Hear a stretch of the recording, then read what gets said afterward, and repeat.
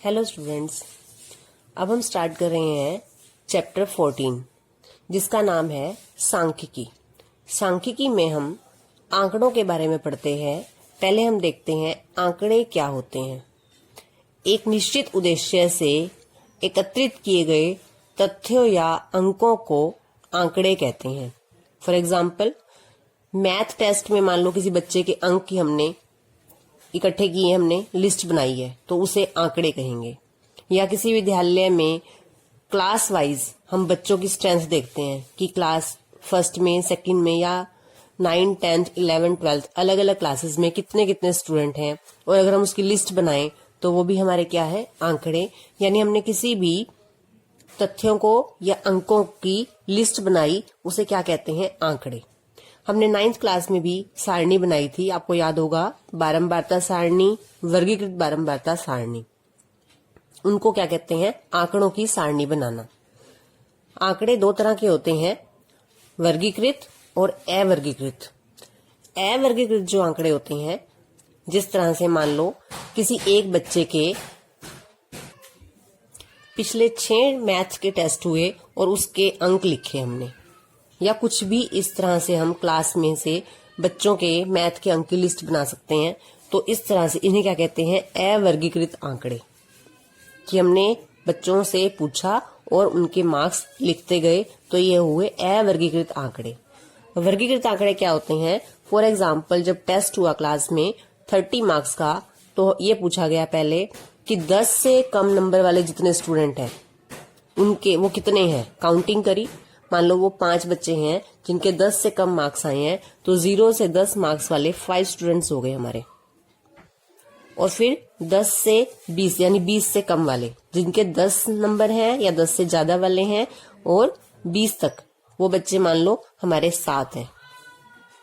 फिर 20 से 30 नंबर वाले बच्चे 8 बच्चे वो हैं।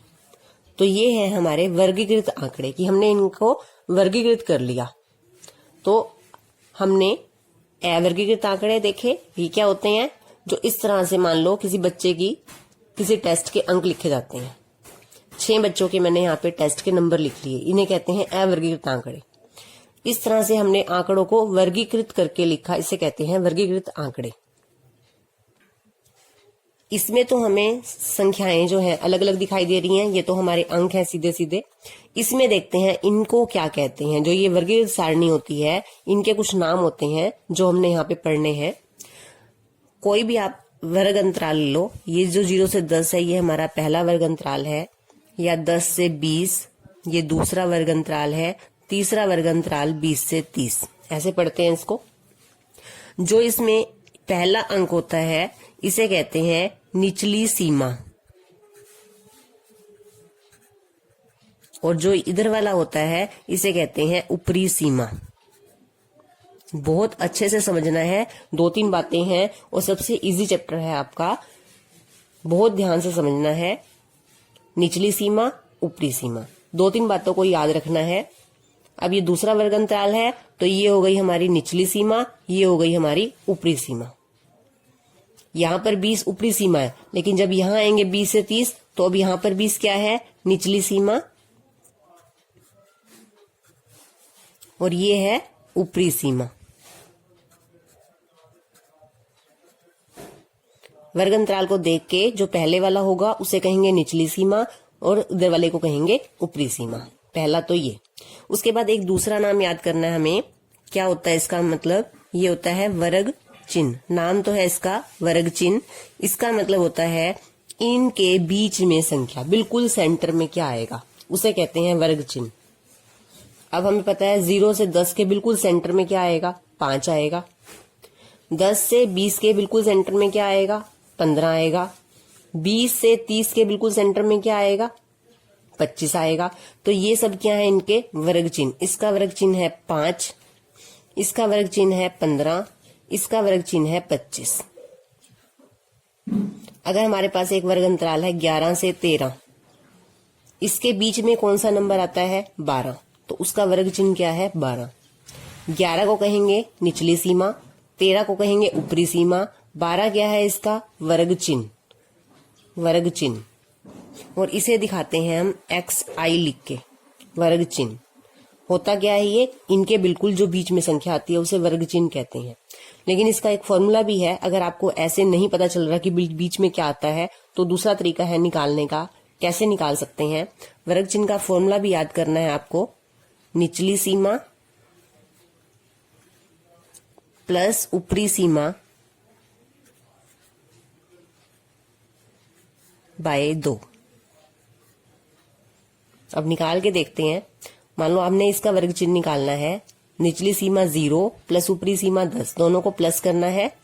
0 प्लस 10 क्या होगा, 10 बाय में 2। 0 प्लस 10 क्या हो गया, 10। 10 बाय 2 करेंगे तो कितना आ गया, 5। तो इसकी वर्ग चिन्ह क्या निकल गया, 5। दूसरे वर्ग अंतराल का वर्ग चिन्ह निकालते हैं। कैसे करना है, दोनों को प्लस करना है, निचली और ऊपरी सीमा को, बाय में 2। 10 प्लस 20 30, 30 बाय में 2, कैंसिल करके क्या आएगा, 15। 30 का आधा क्या होता है, 15। ऐसे ही तीसरे का निकालेंगे तो क्या आ जाएगा, 25। तो आप दोनों तरीकों से निकाल सकते हैं। हमें वर्ग चिन्ह चाहिए तो वर्ग चिन्ह या तो इनके बिल्कुल बीच की संख्या देख लो, या अगर नहीं पता चलता तो इस फॉर्मूले से। और फॉर्मूला तो आपको याद करना ही है, निचली सीमा प्लस ऊपरी सीमा बाय 2। क्या है ये, वर्ग चिन्ह। और थर्ड आपको याद करना है जिसका नाम है वर्ग माप। वर्ग माप यानी कि इसे क्लास बोलते हैं, इस क्लास का साइज। इसका साइज कितना है, इसका साइज है 10, क्योंकि इनमें कितने का गैप है, 10-10 का। और एक क्वेश्चन में हमारा सारे जो क्लासेस हैं, वर्ग अंतराल को क्लासेस बोलते हैं, सारी क्लासेस का साइज सेम होना चाहिए। 0 से 10 में देखेंगे इसमें कितना क्लास साइज है, 10। 10 से 20 में देखेंगे कितना साइज है, 10, क्योंकि इनमें कितने का डिफरेंस है, 10 का। साइज कितना है इसका, 10। इस क्लास का साइज कितना है, 10। इस क्लास का साइज कितना है, 2। तो हमारा वर्ग माप का फॉर्मूला है ऊपरी सीमा माइनस निचली सीमा।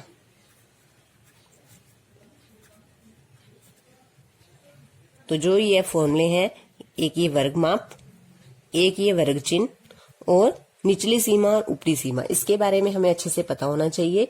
इसमें कंफ्यूज नहीं होना है। वर्ग चिन्ह का मतलब है इन दोनों के सेंटर में कौन सा नंबर आता है, वो वर्ग चिन्ह है। फॉर्मूला है निचली सीमा प्लस ऊपरी सीमा बाय 2। वर्ग माप यानी कि क्लास साइज है ऊपरी सीमा माइनस निचली सीमा।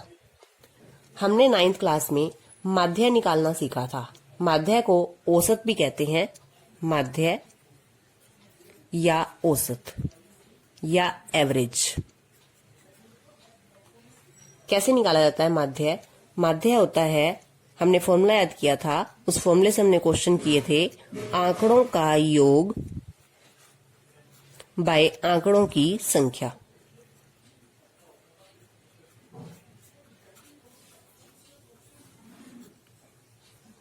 आंकड़े यानी, क्योंकि हमारे 9th क्लास में हमने अवर्गीकृत आंकड़े किए थे कि हमें आंकड़े दिए हुए हैं, इनको प्लस करा और आंकड़ों की संख्या से हमने इसको डिवाइड कर दिया। अब अगर मैं इस क्वेश्चन का माध्य निकालना चाहूं तो हमने कैसे किया था, अवर्गीकृत आंकड़ों का 1 + 2 + 5 + 7 + 9 + 6 बाय में संख्या कितनी है ये, 6। 1 2 3 4 5 6, आंकड़ों का योग बाय में आंकड़ों की संख्या। इसको अगर हम यहाँ प्लस करते हैं, 3 5 8 7 15 और 6 21 + 9 30, 30 बाय 6 यानी कि इसका हमारा एवरेज या औसत क्या आ गया, 5। किसका हमने निकाला, जो हमें आंकड़े दिए हुए थे हमने इनका माध्य निकाला। ये है हमारा अवर्गीकृत आंकड़े निकालने के लिए माध्य का फॉर्मूला। लेकिन अगर हमारे आंकड़े वर्गीकृत हैं तो हमारा माध्य या औसत का फॉर्मूला है समेशन fi xi बाय में समेशन fi। ध्यान से पढ़ना है इसको, समेशन fi xi बाय में समेशन fi। अब हमने इसके बारे में पढ़ना है, माध्य निकालना सीखना है किसका, वर्गीकृत आंकड़ों का। अवर्गीकृत आंकड़ों का माध्य हम 9th क्लास में कर चुके हैं। उसका फॉर्मूला है आंकड़ों का योग बाय में आंकड़ों की संख्या। योग करके संख्या से डिवाइड करें तो ये क्या होता है, माध्य। किसका माध्य है ये, अवर्गीकृत आंकड़ों का।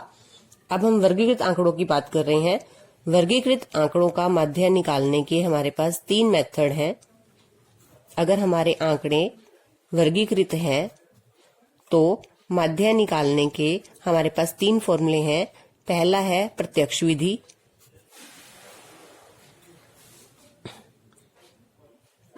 पहली विधि का नाम है प्रत्यक्ष विधि। दूसरी विधि का नाम है कल्पित माध्य विधि। तीसरी विधि का नाम है पग विचलन विधि। 3 मेथड हमने सीखने हैं माध्य निकालने के। पहला है प्रत्यक्ष विधि, दूसरा कल्पित माध्य, तीसरा पग विचलन। अभी हम पहली विधि से क्वेश्चंस को करेंगे। 14.1 एक्सरसाइज करेंगे। वर्गीकृत आंकड़े गिवन है और उनका हमें क्या निकालना है, माध्य। अब हम पहली विधि यूज करके प्रत्यक्ष विधि से इन क्वेश्चंस को करेंगे। अब देखते हैं 14.1 का क्वेश्चन 1। ये हमें गिवन है क्वेश्चन में पौधों की संख्या और घरों की संख्या। पौधों की संख्या में हमें क्लासेस दिए हैं, वर्ग अंतराल दिए हैं 0 से 2, 2 से 4, 4 से 6, 6 से 8, 8 से 10, 10 से 12, 12 से 14। इसके बाद हमें दी है घरों की संख्या, वो हम यहाँ लिखेंगे। बीच में मैंने एक जो है कॉलम छोड़ दिया है क्योंकि हमें यहाँ पर वर्ग चिन्ह निकालने हैं xi, जिसका भी हमने फॉर्मूला याद किया है। पहले हम ये घरों की संख्या बुक में से लिख लेंगे, 5, 6, 2 और 3। ये हमें बुक में गिवन है वर्ग अंतराल और घरों की संख्या। अब हमें यहाँ बीच वाले कॉलम में पहले बनाना है xi। xi का नाम था वर्ग चिन्ह। वर्ग चिन्ह का हमने फॉर्मूला याद किया है, निचली सीमा प्लस ऊपरी सीमा बाय 2।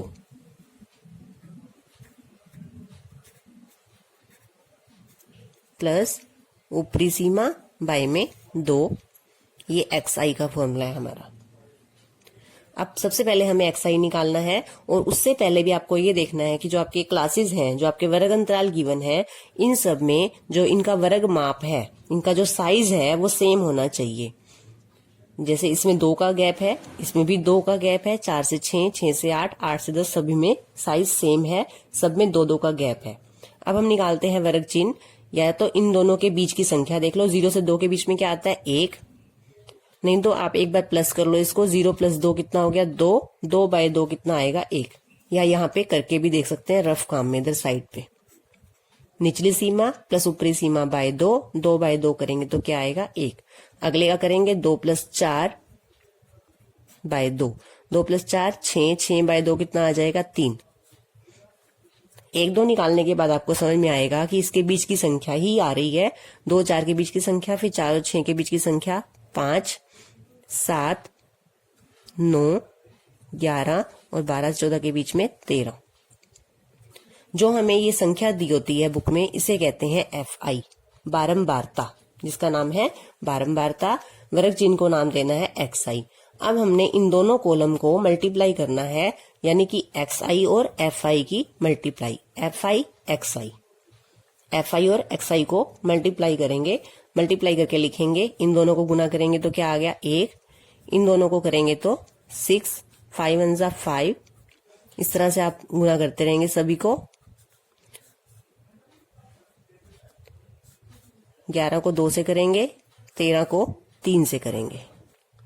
उसके बाद हमने फॉर्मूला जो है हमारा समेशन, माध्य का फॉर्मूला लिखते हैं। पहले अभी हमने किया था, जब अवर्गीकृत आंकड़े हों तब हमारा माध्य का फॉर्मूला है summation fi xi by summation fi।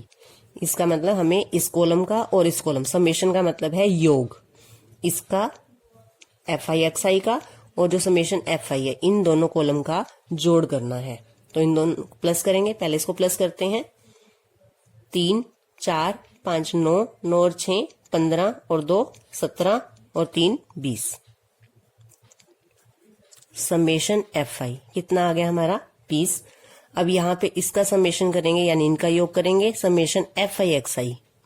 इसको प्लस करेंगे, 1 6 7 और 5 12, 12 और 5 17 और 4 21 और 2 23 और 9 32।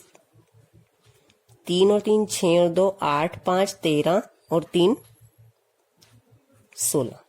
इस तरह से आपने कर लेना है। एक बार फिर से देखते हैं अब तक हमने क्या किया है। ये हमें गिवन था और हमें फ्रीक्वेंसी FI भी गिवन है। सबसे पहले हमने XI निकालना है।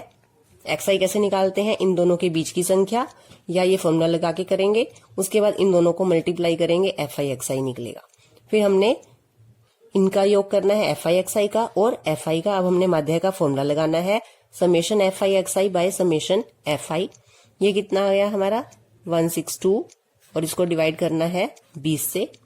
2 से इसको भाग करेंगे, 2 का पहाड़ा पड़ेंगे और नीचे भी 2 का पहाड़ा पढ़ देंगे। अब क्योंकि बाई में 10 है तो आप पॉइंट लगा दो 8.1। तो ये है हमारा इन आंकड़ों का माध्य। तो इस तरह से हमने माध्य निकालना है।